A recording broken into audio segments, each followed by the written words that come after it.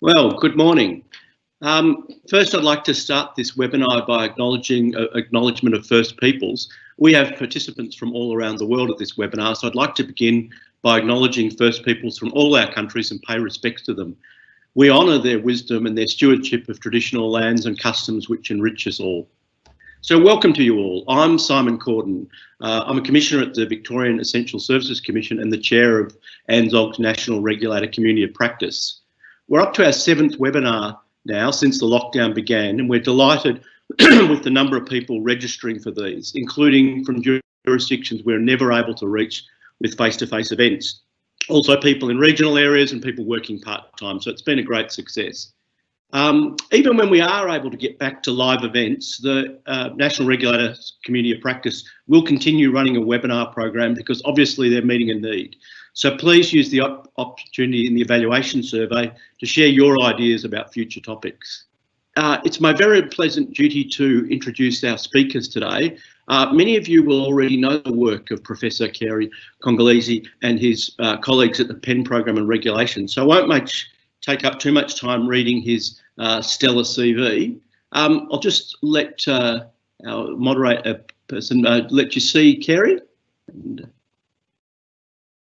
So Cary's most recent book on regulator excellence has influenced regulators around the world, including in Australia.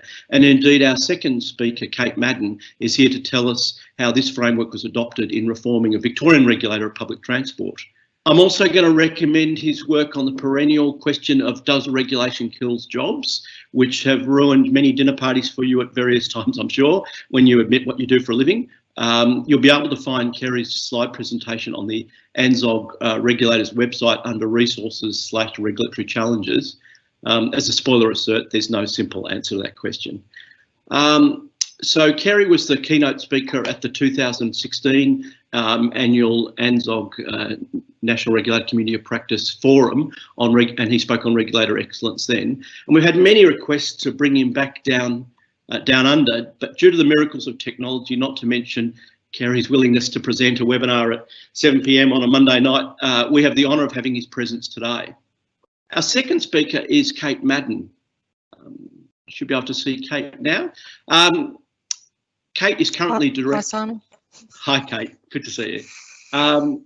Kate is currently the director of the Victorian Disability Workers Commission and a long-standing and highly valued member of the National Regulator Community of Practice Steering Committee. Today's commentary on the RegX framework, she's going to be drawing on one of her previous regulatory lives when she was the director of the Victorian Public Transport Regulatory Operations, where she applied the lessons from the presentation that Cary provided in 2016 and the insights from the book that he produced. So before we get started, while Cary's getting ready to put up his slides, we're going to use Slido to do a couple of Slido polls to just get a baseline of how people think their regulator is going in terms of excellence. So for anyone who missed the opening announcement, if you put Slido on your browser, on your phone and enter hashtag regX, when today's event comes up, choose polls on the right hand side of the screen, and then you can answer the first poll question. And what we're interested in finding out is how would you describe the maturity of your regulator? Do you think it's fully mature, partially mature, you sort of neutral, relatively immature, or just beginning the journey to maturity? So where do you think your regulator is on that sort of maturity spectrum? So if we can get people to vote on that, and the votes are coming in. We're going to leave that poll open till towards the end of the webinar when we'll talk through what the results are.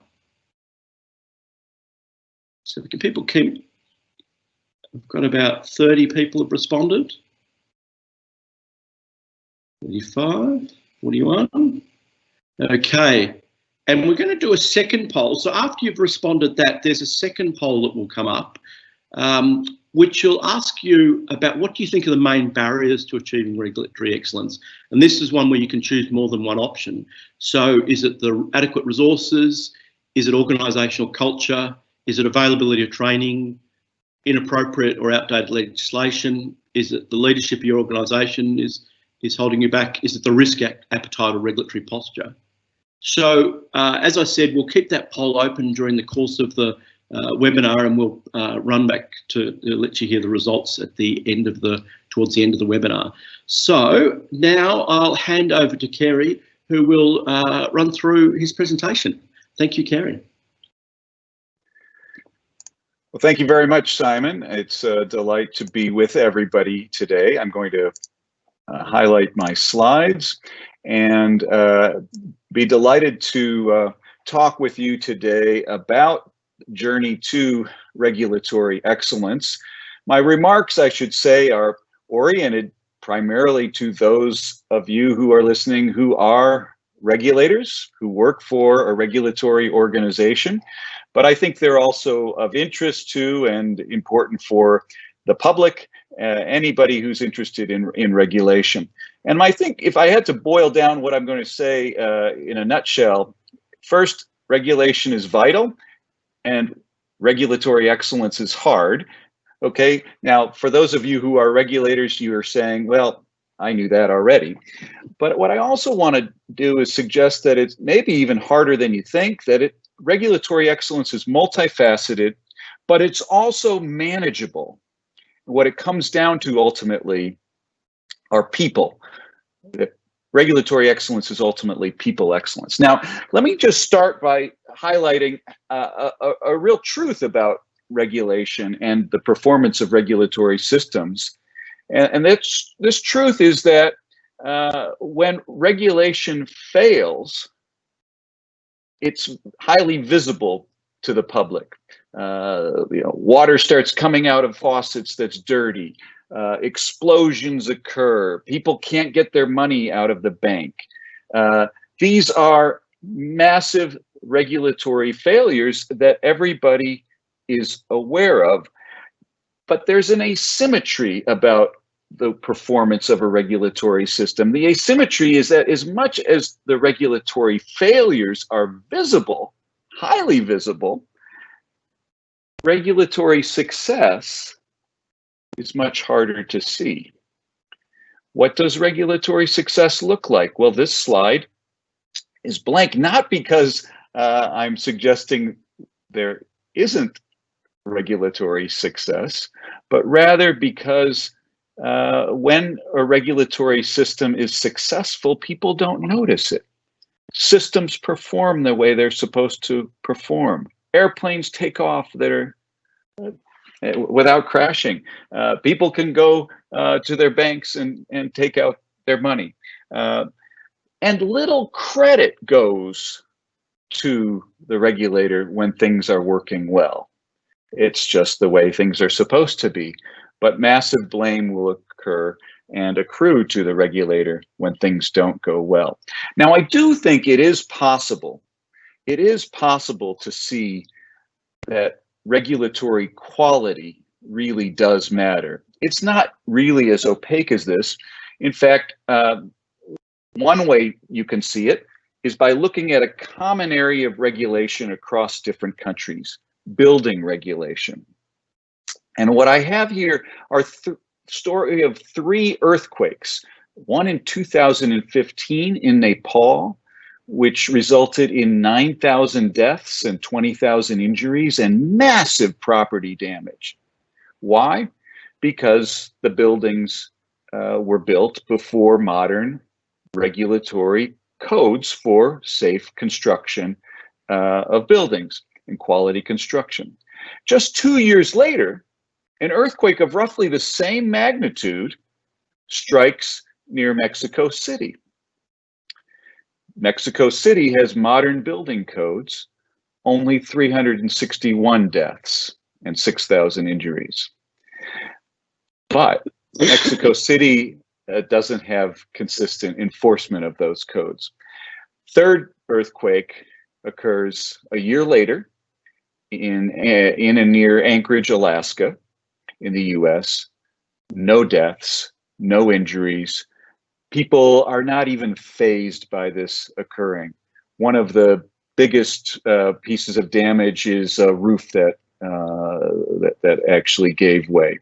But why was Alaska spared? Well, not because the earthquake was any less serious. It was actually closer to the major city than the other two earthquakes, but rather because Alaska suffered a very serious earthquake in 1964, and then has made sure that they upgraded their building regulations since, and they have had robust and consistent enforcement. Regulation can work, and the challenge for regulatory excellence is to make it work. And it can work. It does work. Even when we don't see it, it is working. Now, with that said, a few years ago, we embarked on a project to try to identify what are the characteristics of an excellent regulator. And I went around and talked with folks in a wide variety of regulatory institutions themselves. And in the years since, I've been speaking about and talking with a lot of regulators from around the world.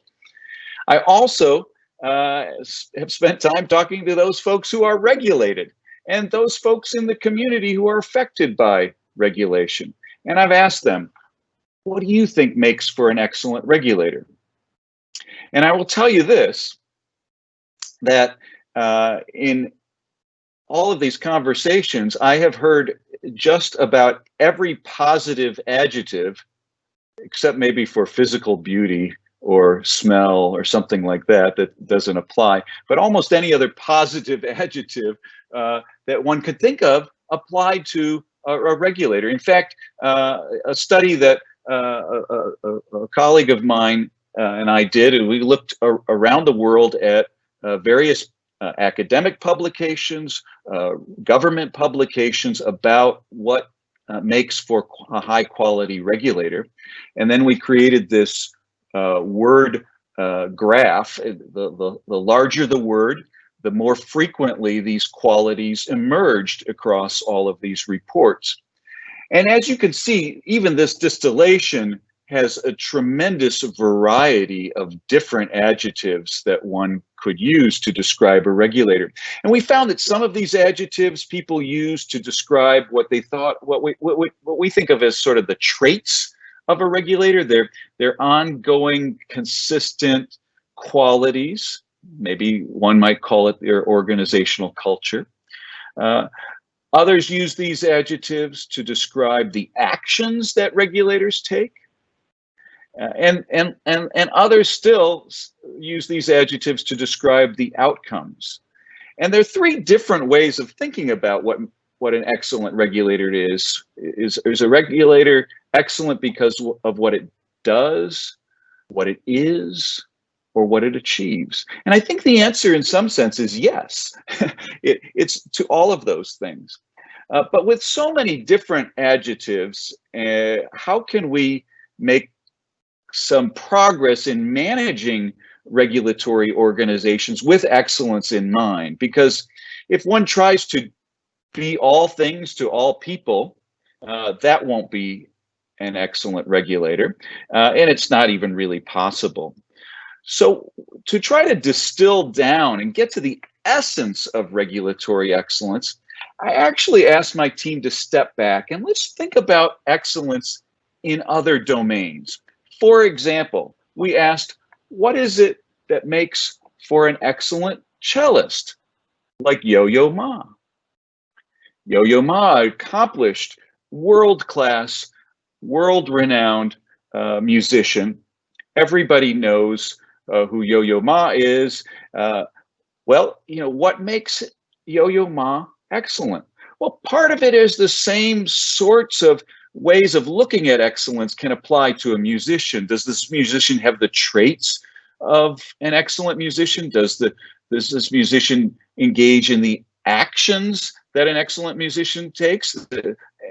Does this musician actually achieve the outcomes that of high quality music? And in fact, I think that is indeed what makes Yo-Yo Ma excellent. There is something about the qualities that he has as a person, his innate talent, his internal capacities, his intelligence. He's someone I think who went to Harvard when he was 16 years old. A tremendously bright person. So those inner qualities are there. But on the other hand, he also has the skills. He knows how to take the actions. He knows how to use his fingers to make beautiful music. And really, it's that last third feature that I think sometimes we might forget, is that an excellent regulator an excellent musician, also is evoking something in the audience. It's that engagement with us and the way Yo-Yo Ma makes us feel. Now, having thought through what excellence means for a musician, I want to actually suggest that the work that regulators are doing is more difficult than what even Yo-Yo Ma faces as a challenge to play the cello well. I mean, first of all, Yo-Yo Ma often performs in solo, and regulators are working in an organization. They are, it's a collectivity. And in a regulatory organization, by the way, is nested within a larger system of governance.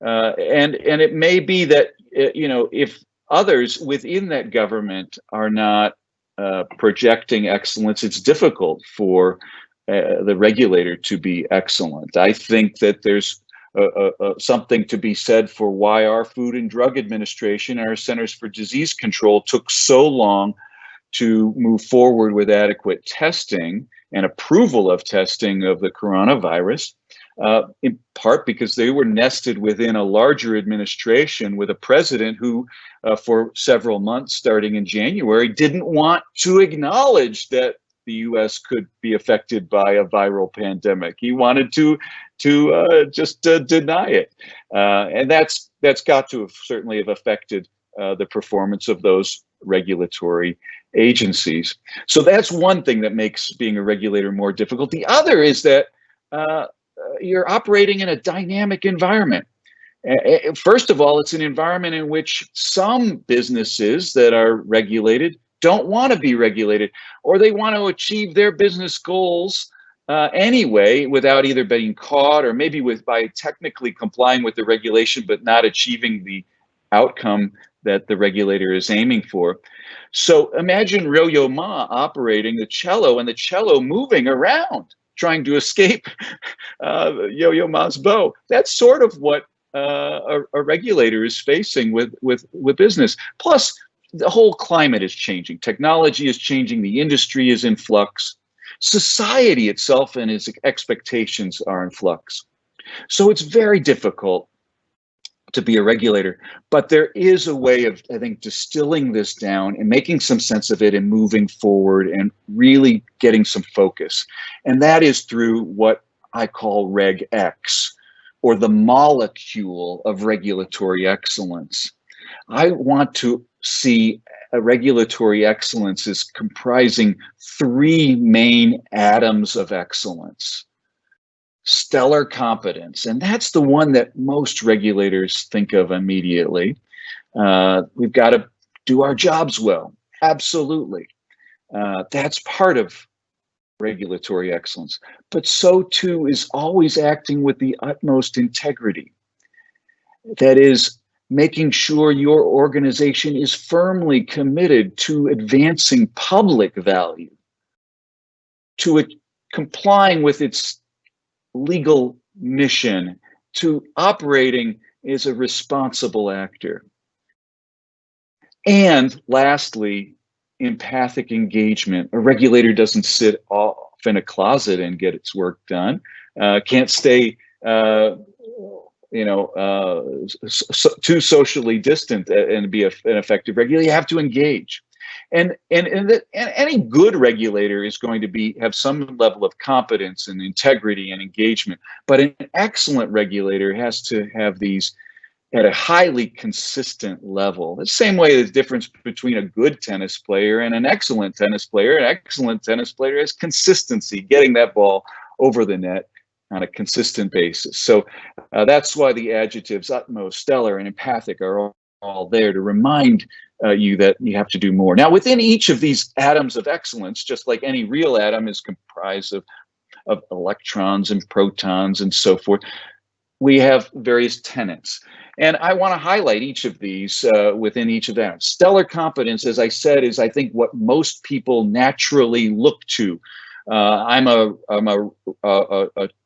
traffic safety regulator. Well, my job is to make sure that people are safe on the roads. Okay, that's absolutely important. And we see in the relative performance between the US and New Zealand, and here I'm drawing on a diagram from a recent essay in the Regulatory Review by a colleague, Richard Parker at the University of Connecticut, where he traces out the cumulative deaths in the US, where we're now over 115,000 deaths from COVID-19, and the remarkable success that New Zealand has had in preventing that kind of, quite frankly, just human tragedy and travesty.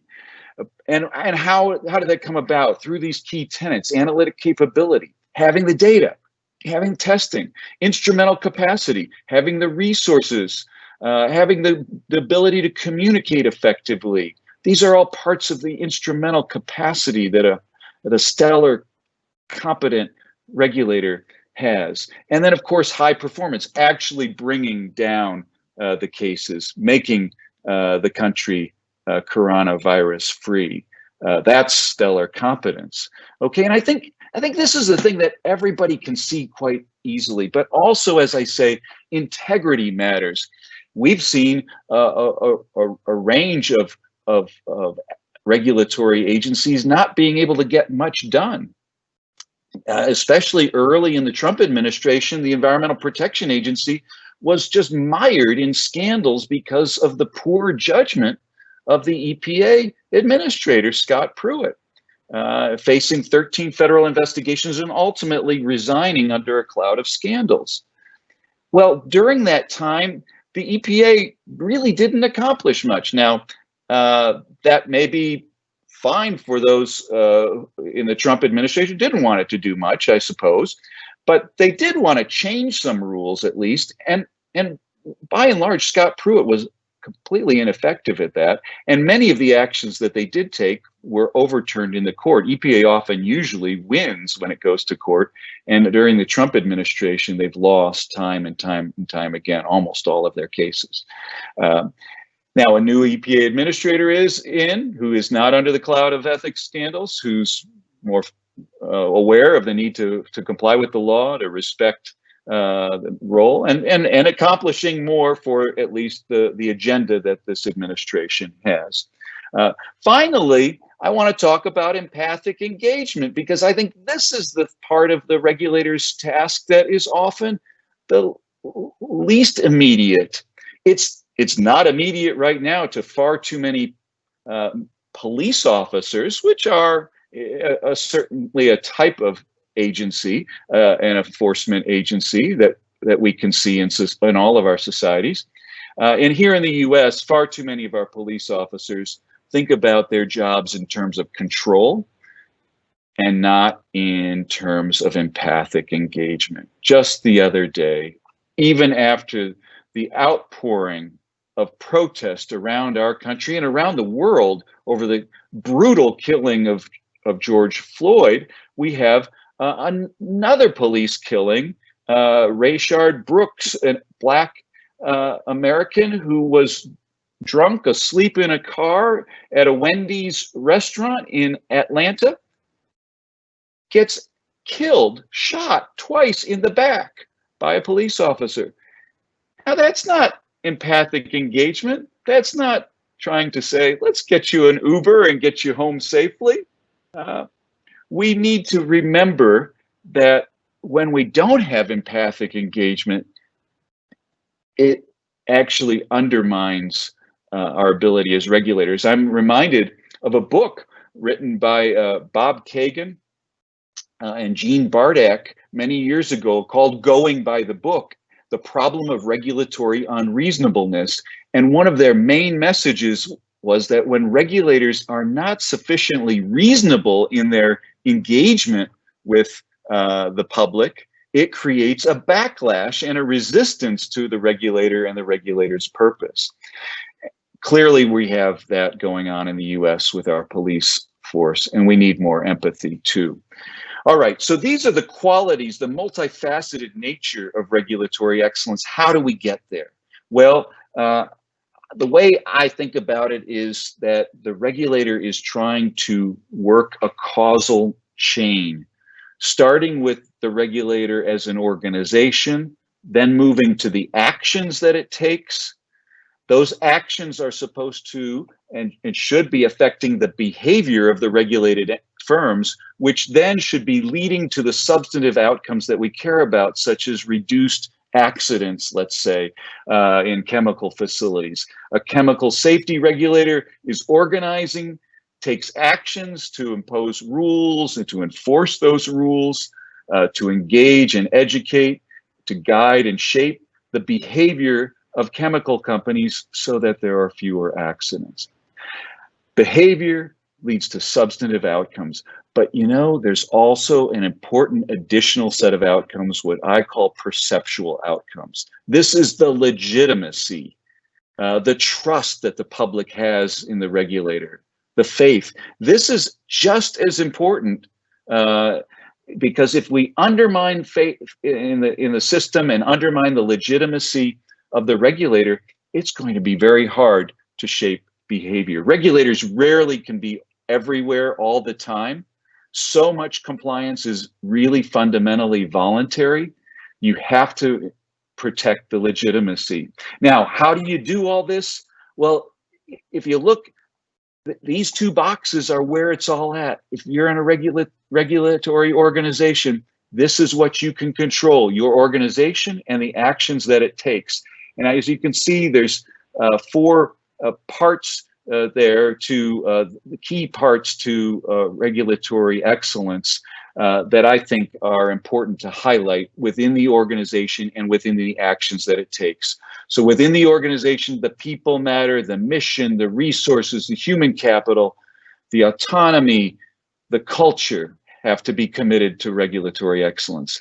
But then the actions that you take have to be aiming at the right priorities, based upon evidence, based upon understanding of the risks. You have to go about then taking actions to solve those problems, creating rules, applying rules, educating, responding to incidents, and measuring and evaluating. That's all part of problem solving. And finally, the fourth P, I'm from Penn, so I have a lot of P's here. The fourth P is the public, reaching out with empathy, responsiveness, listening, being even-handed. Okay, that's critical. And then finally, what you can think about in your own organizations is to put that tenets of regulatory excellence, the three atoms that make up the molecule on the left here, the first column, utmost integrity, empathic engagement, and stellar competence, and each of the tenets behind them. And then you can map out your regulatory model, starting with the organization, its actions, and then the performance, the three types of things you're trying to change: behavior and perceptual outcomes, and then the substantive outcomes. And you can map out then, how are you doing? How is your organization faring in terms of its mission, its resources, with respect to integrity, with respect to engagement, with respect to competence? My guess is that many organizations invest much more resources and they define their mission much more frequently in terms of competence. We want to have safe foods. We want to have safe drugs. Absolutely important, should never diminish that emphasis, but expand it to see that you are actually needing to do much more than that. You have to maintain the integrity to the organization. You have to remain empathic in your engagement with the public. Ultimately, in the end, what really counts for regulatory excellence is what I call people excellence. Leadership matters, training matters, adequate pay matters, and resources for the people who you employ. You know, technology is increasingly important to all organizations and to regulators too. And I've done a lot of work on how regulators need to start thinking about using artificial intelligence, for example. There's no question about that. But fundamentally, regulation is a relational enterprise, and regulatory excellence starts with people excellence. People who have the utmost integrity, who display stellar competence, and people who are empathic in their engagement with others.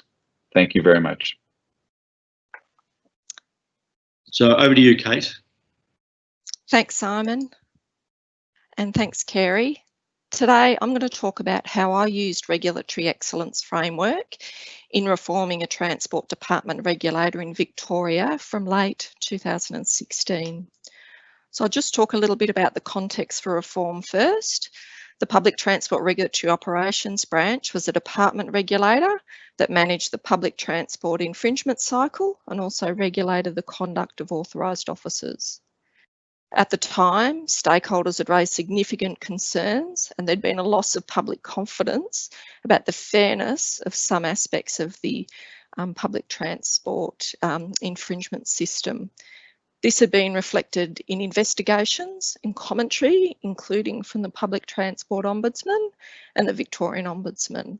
And that culminated, excuse me, in May 2016 with both a department review and an Ombudsman's report being released at the same time. I started working with the regulator later that year, and my task was reforming the regulator in that context. So, as Cary's just covered, his framework of regulatory excellence has three key core, I used attributes rather than atoms, but I'll just go through them again. So if you only remember three things by the end of our talk today, hopefully it's those three. So first, utmost integrity, that an excellent regulator consistently holds itself to the highest standards of integrity.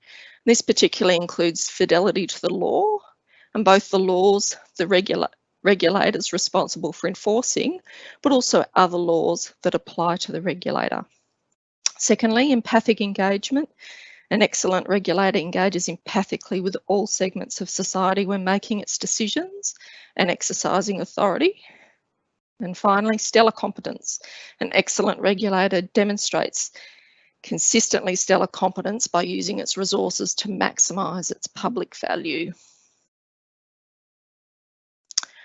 So what did we do? So we undertook a range of reforms that focused across all of these three core attributes. So we improved integrity. We did this by improving the systems and processes within the regulator, including better processes for exercising discretion. This included, importantly, clearer assessment criteria for when the regulator issued warnings or fines for ticketing offences, allowing the more systematic use of warnings. In our work, we engaged empathically. We listened and we gave reasons in a clear, plain English way, and we removed vulnerable people from the infringement cycle earlier. Finally, we strengthened competence and we supported improved staff capability by investing in training, including integrity training, privacy training, governance training, investigations training, and also operational training in the new systems and processes for the regulator. So how do we apply regulatory excellence across these reforms? Well, we adapted Cary's framework and created a narrative reform that was linked to regulatory excellence, and there was a particularly strong emphasis on empathic engagement. We summarised the framework in simple language and we had it on a page, and all our staff had a copy of regulatory excellence on a page. We illustrated that with examples, so examples of outcomes that may not have been consistent, say, with empathic engagement, so that people understood what we were talking about. What was really important, it was that we also included the important message that you might still have the same regulatory decision, but empathic engagement means people better understand and learn, so then hopefully change their behaviour in the future. We also lived and celebrated regulatory excellence. We use that language regularly. We recognised and celebrated achievements and improvements, including in leadership team meetings and monthly staff morning teas, where we'd highlight some of the achievements over the previous month. We applied regulatory excellence across the business, from the strategy level, but also deep operational dives. What we did was we also involved staff in the reform. This helped to improve capability and engagement, but also helped us inform improvements. Sometimes the quietest person can be the most insightful if you can give them an opportunity to contribute in the right environment. Finally, we were curious. Why do we do this? It's a really powerful question in reform.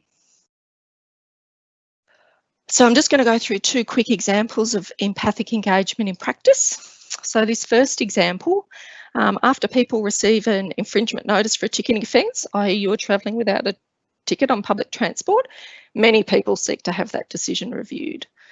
So before the reforms, most people received a standard response that was difficult for most people to understand, using legal terms and referring to absolute liability. So I've just got an example of some of the wording up on the screen now. So what we did, we invested time in improving these response letters, particularly those that confirm the decision to issue the infringement, so therefore reject the review, to explain why, in clearer language, we are confirming the decision.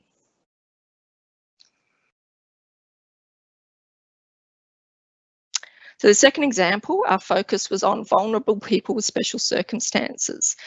Now, according to the law, special circumstances applies when a person who, for various reasons, such as intellectual disability, drug addiction or homelessness, they're unable to understand or control conduct that constitutes an offence under the Act. So our reform was to ensure that vulnerable people with special circumstances were removed from the infringement cycle as early as possible. So to do this, the reforms considered each stage of the infringement cycle.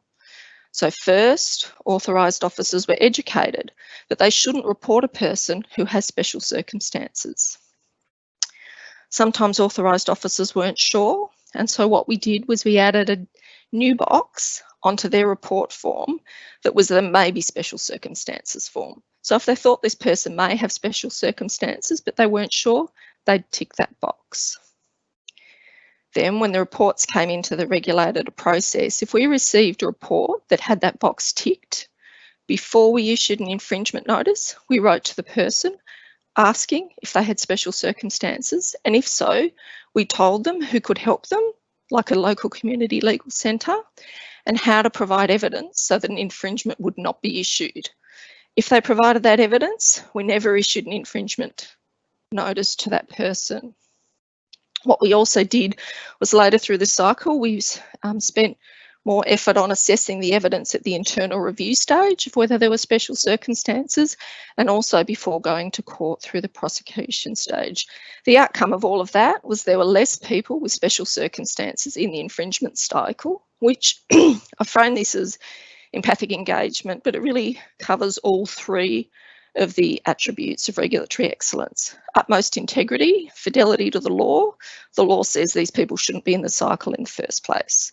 Empathic engagement, listening to people, listening to feedback from stakeholders, and stellar competence as a regulator, only regulating with appropriately. So what was the outcome of our reform? So over a period of about 15 months with the same resources, we reformed the regulator. At the time, we managed a significant increase in reports workload. It was up about 40%, the reports on non-compliance from authorised officers. We did that with improved timeliness and with more empathic engagement. Cary mentioned earlier about regulatory successes don't appear in the media, it's only regulatory failures. So our sense of achievement was that the complaints to the Public Transport Ombudsman declined by 30% in the 12 months to November 2017, and that further declined the following year. And that said to us, we were doing a really good job with stakeholders better understanding. So finally, my lessons for other regulators in regulatory excellence. You need to go beyond strategy. You need to do deep dives to embed it in the operations. You need to involve your staff in the journey and in those deep dives. Along the way, you need to live regulatory excellence and celebrate it, the wins and improvements along the journey, and always be curious. Thanks, Simon. Thank you. A very interesting presentation from both Cary and Kate, setting out the framework that Cary did in 2016 and then how it's been applied in real life to a really challenging area of regulation. The first question that we'll ask Cary to answer is, we've had a lot of people have responded to, should regulators be working harder at communicating success, and if so, how? As Kate mentioned, it's hard to get a story of a regulatory success into the media. Have you got any suggestions on whether they need to work harder in that area, and if so, how they can achieve it, Cary? I spent a fair amount of time in a report that's actually titled Listening, Learning, and Leading. And I just call attention to the title of the report because of what Kate just presented about being curious, which is really, I think, as I hear it, about learning, constantly trying to learn how to be better. And in that report, I have a section on evaluation. And a lot of regulators around the world that I talk to would like more credit for what they do. I get it. I certainly do get it. That asymmetry of blame is what you hear about more than the successes. I get it. But what I really urge in that report for people to think about are they going about the kind of exercise that Kate described and that other regulators are using this framework and then adapting it for their organization? Are they doing it to become excellent or to be able to show the world that they're excellent? And sometimes maybe they do need to do that. I mean, I think a regulator needs to be mindful of building credibility and a reputation for being an excellent regulator. Okay, but all this is by way of saying I think the motivation, first of all, matters.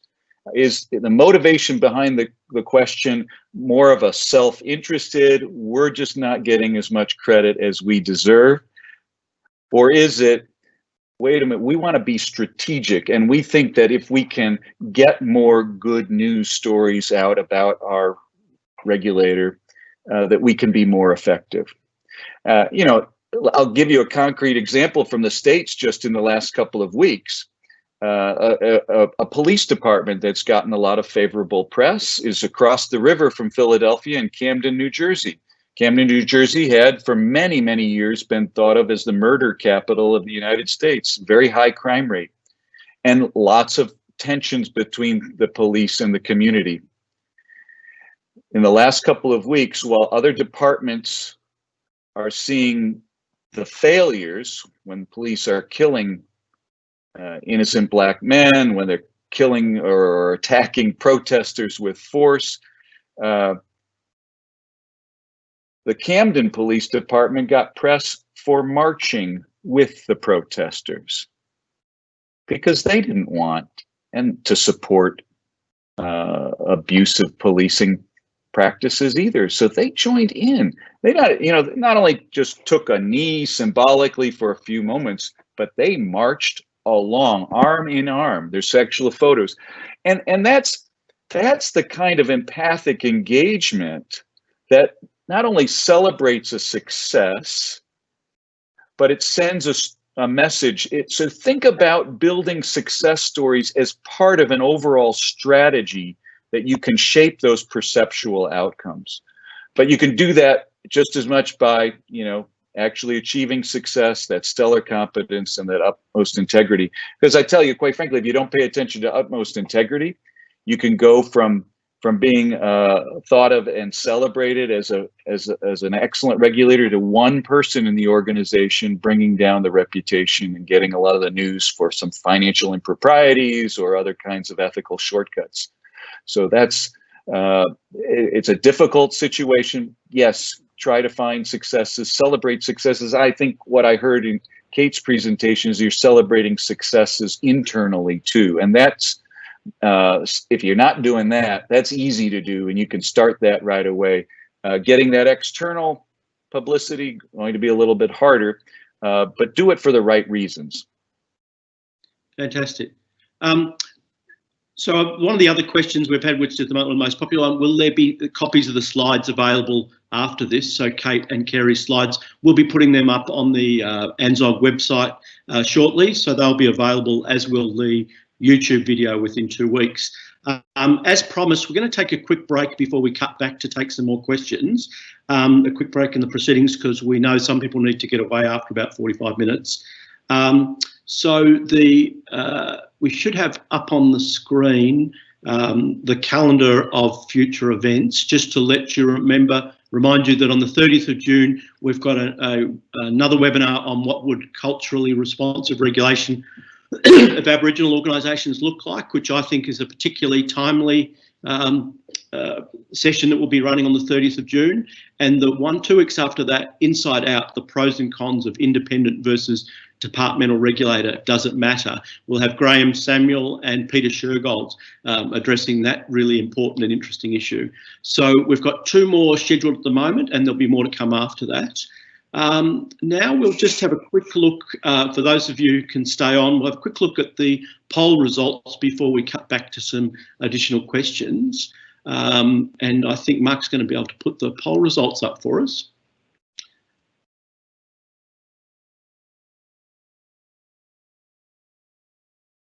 So in terms of where people thought they were on the spectrum, 4% of the respondents thought that they've got a fully mature regulator. I'd love to work with you. The majority partially mature, 16% neutral, 12% relatively mature. Cary, what do you think you would get if you asked this question in the US? What sort of answer do you think you'd get to this question? Well, obviously, it will depend a little bit on which regulator you're asking, right? We have hundreds of regulatory agencies just at the federal level alone. You know, some of our probably most progressive regulators, in some sense, are the newest ones. So the Consumer Financial Protection Bureau, at least under the Obama administration, was really making great strides. But I don't think they would say they were, fully mature, because they are there. I think there are others that would say they are fully mature, but they've become sclerotic and immovable and antiquated, if you will. I think having a sense of always being on the path towards excellence and toward growth and maturity is really where you want to be as an organization. So the second question we asked was, after the maturity, was the barriers to maturity. And Mark, I'll just ask if you can switch across to that second poll.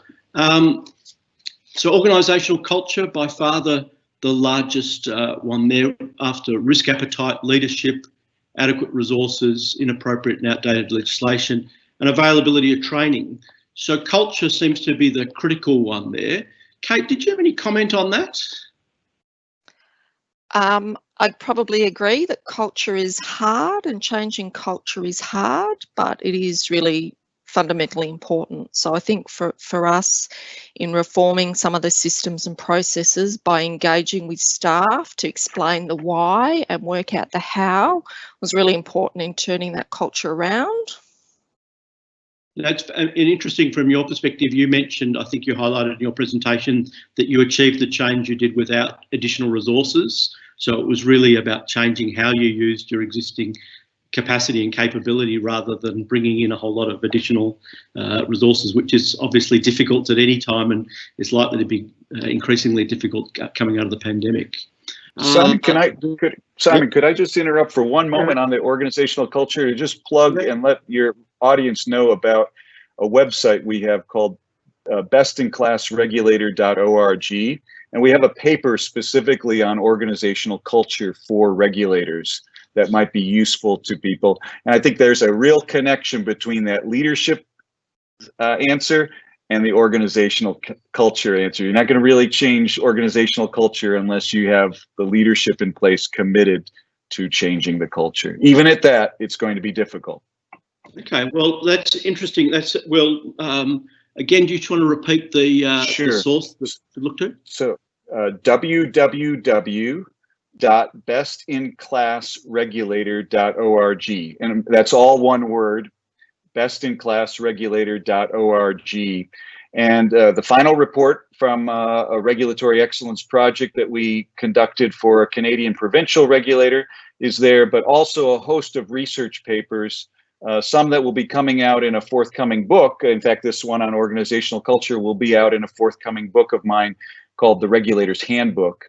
That will, this chapter, I highly recommend it. It really helps you understand what culture is within an organization and what are the levers to try to make the change. Fantastic. Okay, that sounds like that would be a really interesting thing to report to read.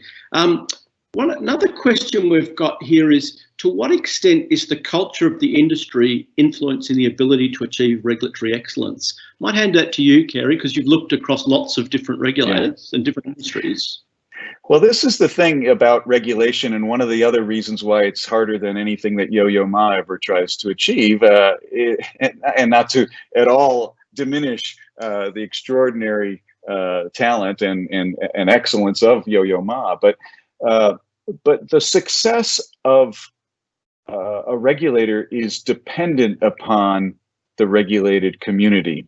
So what you see as a regulatory failure is action that's been taken by some regulated entity that's gone awry, right? So very much the culture of the regulated industry will affect how successful the regulator is. And it also affects how the regulator has to approach the industry. So we talked about how regulators and regulatory organizations can be partially mature or fully mature, maybe antiquated. Well, you have industries that are like this, some that are dynamic and changing in the technology area, digital space. This is changing rapidly, and the cultures in these organizations are sometimes very free-flowing, and that creates a need for a regulator to really be vigilant. You can't let up and just sort of think that things are, the rules are in place and that's it. On the other hand, there may be other cultures within industries that are, with respect to safety, for example, that are all set in their ways. And the challenge for the regulator is to try to jumpstart some cultural change within those staid industries and get them to think more carefully and more effectively about safety culture within their own firms. So yes, culture in the industry matters tremendously. As I said before, regulatory excellence and regulation in general is a relational enterprise, and you have to calibrate what you're doing as a regulator with not the customer, because the regulated industry is not really a customer, but with that industry. You're in a relationship with them, and you need to help shape that and move that forward. I sort of also sometimes think about regulation as a bit like a parent to a child. You can't really control that child, but you want to try to shape them, inspire them, and lead them along the way. And that's, but sometimes you do have to be firm as well. Kate, you've worked across multiple areas of regulation. Did you have any comments on that in terms of the difference of culture and how that affects the ability to achieve excellence? I think it is fundamentally important, culture, and I think being able to have staff in regulators understand what their objectives are and the tools that they have and use those tools appropriately and not lose sight of that, I think is really, really important. Okay, good. I had a question from Grant Pink. In your book, Cary, you refer to the importance of learning and measurement in achieving regulatory excellence. Can you point to any regulators which you think are undertaking useful causal evaluation research?